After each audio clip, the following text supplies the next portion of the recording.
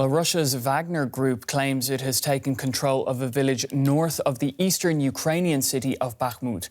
The head of the mercenary company, Yevgeny Prigozhin, says his forces have captured a village outside Bakhmut. The settlement is just 7 kilometres from there, where fierce fighting continues. On Friday, Washington said it believes that the Wagner group has suffered staggering casualties in Ukraine, totalling more than 30,000. Pounding away at their Russian attackers, fending off the relentless assault on Bakhmut.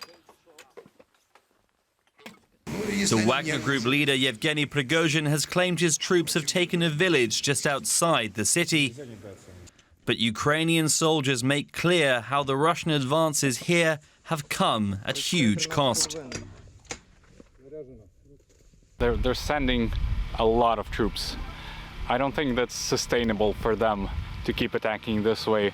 There are places where their bodies are just piled up. There's a trench where they just don't evacuate their wounded or killed, and they just leave them there and send more waves and waves of people. The US says the tactics are all part of the Wagner Group's disregard for its own men's lives.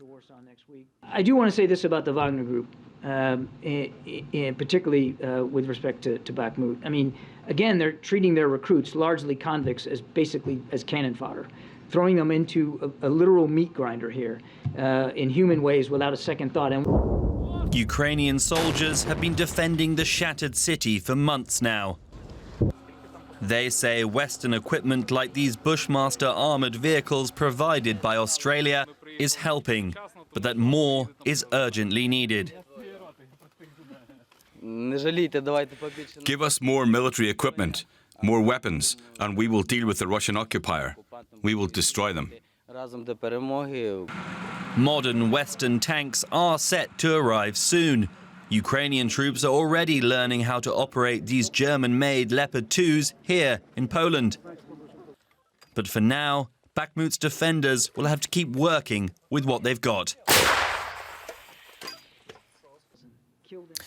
Right, well, let's speak now to DW correspondent Aya Ibrahim, who is standing by for us in Kyiv. Aya, great to see you. So the Wagner Group claims it has just captured a village outside Bakhmut. Has Kyiv given any reaction? We haven't really heard a reaction here from officials in Kyiv, and that's not really unusual, Pablo, when it comes to details about towns being taken or retaken on the battlefield. Oftentimes there's just very little information, and as journalists we don't have full access to these areas for security reasons. I think what's interesting, though, for us to observe is how this is going to play out in terms of the ongoing tension between the Russian military, the Russian Ministry of Defense, and the Wagner Group. I mean, they do fight with the same goals, but just in January, the Wagner Group had claimed that they had taken another town near Bakhmut, Solidar, only for 2 days later for us to hear that from the Russian Defense Ministry that it was actually Russian military that was there. We have also yet to hear an official response from Russia itself. So it'll be interesting to see how this plays out in the coming days. Now, Ukraine is pleading for more weapons from the outside world, and that's coming as Western leaders are meeting in Munich to assess the almost year-long war that's shaken Europe and the world. How desperate is their need for these weapons? Right. I mean, there are like short-term goals, I would say, and for their short-term, medium goals, the goal to basically maintain their positions and not to have to retreat. The question of ammunition is really, really key. We've heard from military officials that if they don't have enough ammunition, they might need to, retreat until they can have enough to fight back. So that is really more of a short to medium-term issue. We know that ammunition is in short supply. Ukraine is using way more than the West can produce at this point. It's also something that we heard German Chancellor Olaf Scholz address yesterday at the Munich Security Conference. Then there's sort of the more longer term goals, and that includes things like tank deliveries.